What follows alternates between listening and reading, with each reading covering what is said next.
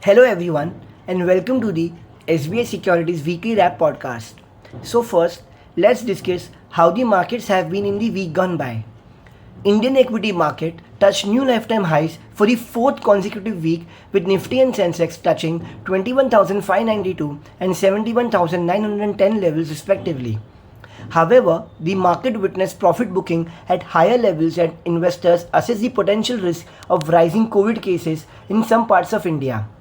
Both Sensex and Nifty lost 0.5% each, while broader markets ended mixed as BSE Midcap lost 0.9% and BSE Small Cap lost 0.2% during the week. Apart from the US GDP data, the week remained lackluster on the economic data front. The US GDP data grew 4.9% in 3Q CY23 versus the expectation of 5.2%. In a separate report, the number of initial US jobless claims in the week ending 16 December rose marginally to 2.05 lakh versus 2.02 lakh in the previous week. Aspects to look out during the next week are: next week will be a truncated one as global markets will remain shut on 25th December on account of Christmas Day holiday. In US, consumer confidence data will be released on 26th December, while 8 core sector output growth for November will be out in India on 29th December. The resurgence of new COVID variant JN1 can remain as a looming fear on the domestic equity market.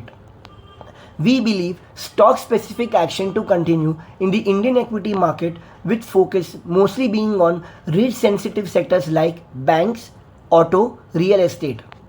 Investors are recommended to follow buy on dips approach to deploy any incremental capital in the equity market.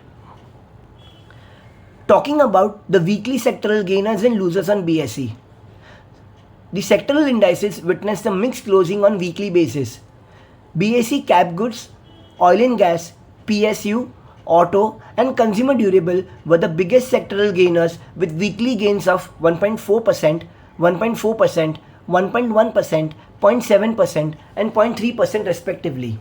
While BSE FMCG, healthcare, metal, bankex, reality and IT were the sectoral losers with weekly loss of 1.6%, 1.5%, 1.4%, 0.7%, 0.5% and 0.5% respectively. Talking about the weekly Nifty 50 gainers and losers. The top gainers in Nifty 50 during the week were Britannia Industries, Nestle India, Tata Consumer Products, Coal India and Wipro. While top Nifty 50 losers were Adani Enterprises, Mahindra and Mahindra, HDFC Life Insurance, UPL and Adani Ports and SEZ. Taking a check on some key monetary bill, the FII's net bought rupees 11,458 crores and DII's net bought rupees 9,094 crores in cash market during the week. Brent crude increased on week basis from $76.55 per barrel to $79.39 per barrel due to supply chain disruption in Red Sea, which accounts for 30% of the global cargo movement. The US bond yield remained stable at 3.9% during the week. Now, looking at some key domestic and international economic news. US GDP growth at 4.9%.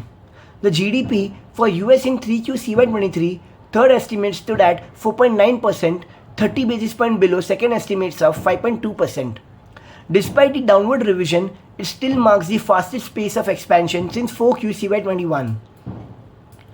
Eurozone CPI at 2.4%. The Eurozone CPI for November 23 stood at 2.4% as compared to 2.9% in October 23. Now, let us look at some key corporate developments during the week. First, the Department of Economic Affairs granted a one-time exemption to life insurance company to achieve a 25% minimum public shareholding within 10 years from the date of listing, that is until May 2032. So that is a positive development for LIC. Next, the mining and metal stocks to benefit in near term as nearly 100 more blocks of critical minerals will be put on auction before February next year. Offshore minerals will be put on sale in the auction that will take place in March 23 and April 23. So it is a positive development for NMDC, Coal India, MOIL and GMDC. Next, Varun Beverages. The company announced acquisition of South Africa-based beverage company Bevco and its subsidiaries at an enterprise value of rupees 1,320 crores. The transaction will help the company expand its geographical footprint in the African market. So it is a positive development for Varun Beverages in long term. Next, Suzlon Energy. The company has bagged an order from KPI Green Energy Limited to develop a 193 megawatt wind energy project in Gujarat. So it is positive for Suzlon in long term. JB Chemicals and Pharmaceuticals. The company entered into a trademark licensing agreement along with distribution and promotion of ophthalmology products from Novartis for a total cash consideration of rupees 1089 crores. So it is positive for JB Chemicals in long term. India Glycols. The company has received an order from oil marketing and oil companies for supply of 16.6 crores liters of ethanol with an estimated value aggregating to rupees 1,164 crores under the ethanol blended petrol program. So it is a positive development for India Glycols in long term. Next, Devyani International. The company has announced its foray into Thailand by acquiring 274 KFC outlets for consideration of rupees 1066 crores, of which Devyani International will shell out rupees 341 crores. So it is a positive development for Devyani in long term. Next, BPCL. The company has approved a proposal for setting up 400 KTPA polypropylene unit at its Kochi refinery. The cost of the project is rupees 5,044 crores, which will be funded in a debt equity ratio of 65:35. So it is a positive development for BPCL in long term. Next, Mazgaon Dock Shipbuilders Limited. The company has signed a contract worth rupees 1,615 crores with the Ministry of Defence for construction and delivery of 6 next generation offshore patrol vessels for the Indian Coast Guard. So it is positive for Mazgaon in long term. Next, Cochin Shipyard. The company has won an order worth rupees 488.25 crores from the Defence Ministry to repair and maintain equipment and system on board the naval vessel. So positive for Cochin in long term. Coming onto our pick of the day. So this is a product named as pick of the day where we have given 3 calls during the week. The first one is Jupiter Wagons at a CMP of rupees 329 with a price target of rupees 362. So the company is one of the premier manufacturers of railway wagons, components and castings for passenger coaches and freight wagons in India. It also designs and manufactures application-based load bodies for commercial vehicles. So the key growth driver of the company is it has a huge order book as on 30th September 2023 at around rupees 5,952. In addition, it has won a significant contract for manufacturing and supply of 4,000 box wagons from the Ministry of Railways worth rupees 1,617 crores. Coming on to valuation, at CMP of rupees 329, the stock is trading at a PE of 44.1 and 30.6 times to its FY24 and FY25 EPS of rupees 7.6 and 11 based on Bloomberg consensus estimates. Second, Castrol India, where we have given a call at CMP of rupees 150 with a price target of rupees 165. So the company is engaged in business of manufacturing and marketing of automotive and industrial lubricants and related services. It manufactures and sells various kinds of oil lubricants and other fluids for cars, motorcycles, commercial vehicles, industrial use, energy sector, marine and IT cooling and data center.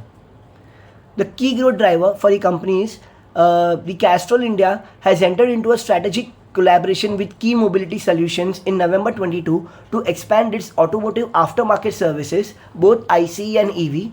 Under the alliance, Castrol India acquired a 7% stake in KMS with a planned investment of rupees 487.5 crores. This strategic alliance will enable Castrol to leverage My TVS platform, whose reach includes 3 million customers across 1,000 garages in India. In addition, Castrol will explore business and technology collaboration with KMS to enable readiness for transition to electric mobility. Looking at the valuation, at CMP of rupees 151, the company trades at 17.8 and 16.2 times PE multiple of CY23, CY24, Bloomberg consensus earnings respectively. which looks decent given the company's market leading position and healthy growth prospectus. Next, Supriya Life Science, where we have given a buy call at CMP of Rs 281 with a price target of Rs 309. The company is engaged in manufacturing of active pharmaceutical ingredients, that is API, with a backward integrated business model and advanced manufacturing capabilities. The key growth driver for the company is that it has a niche product basket of 38 APIs with presence in therapeutic areas of analgesics, antihistamine, vitamins, anti-asthmatics, anti-allergic and anti-malarial. The company's current capacity will be doubled in the next financial year, which will add top line growth of 20 to 25% CAGR between FY23 to FY25. Looking at the valuation, at current price, the stock trades at FY24-25 consolidated PE of 20.2 and 16.5 times respectively.